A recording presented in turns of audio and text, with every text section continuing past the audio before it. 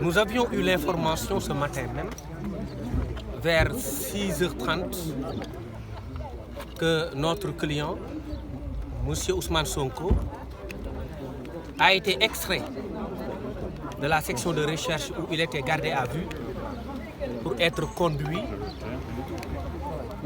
au niveau du tribunal. Information prise, nous sommes venus au tribunal, nous avons cherché à la cave et nous ne l'avons pas vu. Nous sommes montés dans le bureau du doyen des juges qui nous a reçus vers 9h et qui nous a dit qu'il n'avait pas lui-même vu Ousmane Sonko. Nous avons averti le doyen de ce qu'il était responsable de sa sécurité dès lors que son mandat d'amener a été exécuté. Il nous a dit qu'il nous informera lorsque Ousmane Sonko sera là. Nous sommes redescendus et vers 11h, nous avons aperçu notre client monter avec les éléments de la gendarmerie pour se diriger au bureau du doyen des juges. Nous l'avons suivi. Une fois qu'on s'est présenté devant le bureau du doyen des juges, M. Ousmane Sonko est entré à 11h03 précisément. Nous avons demandé à ce qu'on nous laisse aussi accéder au bureau, conformément à nos droits, parce qu'effectivement, il appartient au doyen des juges de veiller à ce que Ousmane Sonko ne soit pas entendu hors la présence de ses avocats. Le gendarme nous a imposé un rapport de force. Je ne parle pas de rapport de force au sens physique du terme, mais il a obstrué notre travail et nous a empêchés d'accéder au bureau du doyen des juges. Nous avons créé un incident en rappelant l'impérieuse nécessité qui incombe à tout le monde de respecter les droits de la défense et la dignité de la profession d'avocat. Comme si ce dossier était un dossier particulier où à toutes les étapes de la procédure, les droits d'un homme ont été violés et piétinés. Nous n'avions pas voulu accepter cet état de fait. Nous, plus que quiconque, sommes acteurs de la justice et avons droit d'accès à tous les coins et recoins de ce palais de justice. Le doyen des juges ne nous a pas reçus. Il a entendu Ousmane Sonko hors notre présence. Et nous avons alerté le bâtonnier.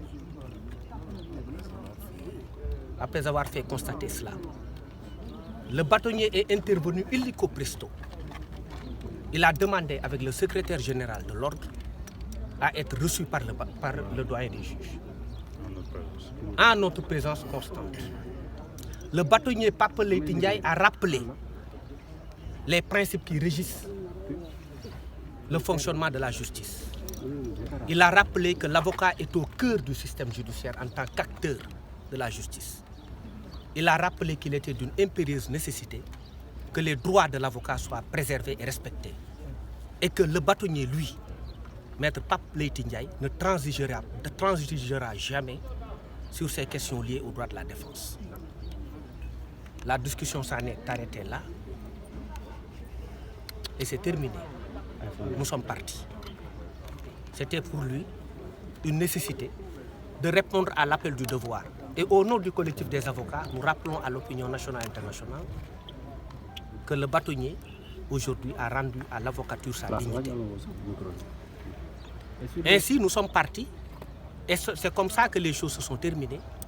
Ousmane Sonko, son audition a été reportée au lundi. Sur quel dossier? C'est le dossier de viol. Et je rappelle que dans ce dossier de viol, le juge d'instruction qui a été saisi en premier, Mamadou Seck, a demandé à être dessaisi du dossier pour convenance personnelle. Nous avons une interprétation sur la question et on ne peut pas s'en passer. Parce qu'il est irrespectueux qu'un magistrat ait convoqué un homme qui prenne le chemin, qui emprunte le chemin pour venir lui répondre, et qu'un autre magistrat vienne dire qu'il fallait l'arrêter et l'amener pour autre cause. C'est un manque de respect du juge d'instruction Mamadou Seck et au juge et à la justice. On ne peut pas admettre, même venant d'un magistrat, futur procureur de la République, que quelqu'un soit convoqué et que l'autre magistrat l'attende et qu'il s'interfère à l'intérieur de cette convocation-là pour aller lui dire ne réponds plus parce que je dois t'arrêter pour autre cause. C'est frustrant pour le juge Mamadou Seck et c'est normal.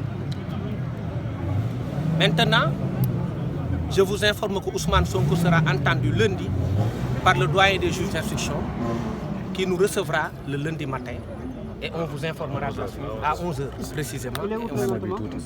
Il doit être reconduit en principe à la section de recherche. Son état de santé. Parce que n'oublions pas que l'enquête se poursuit sur la question de la flagrance. Je vous informe également. Je vous informe que M. Ousmane Sonko fait l'objet d'une troisième procédure de levée d'immunité parlementaire.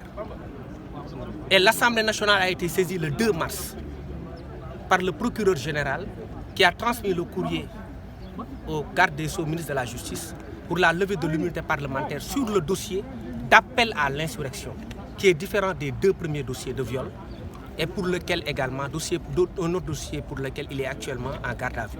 Donc c'est un troisième dossier qui a été ouvert contre M. Ousmane Sonko. Et actuellement, les Sénégalais doivent savoir, et on les informe de cela, qu'une procédure de levée d'immunité parlementaire a été à nouveau enclenchée pour la troisième affaire en vue de l'inculper et éventuellement de le placer sous mandat de dépôt sur cette troisième affaire d'appel à l'insurrection.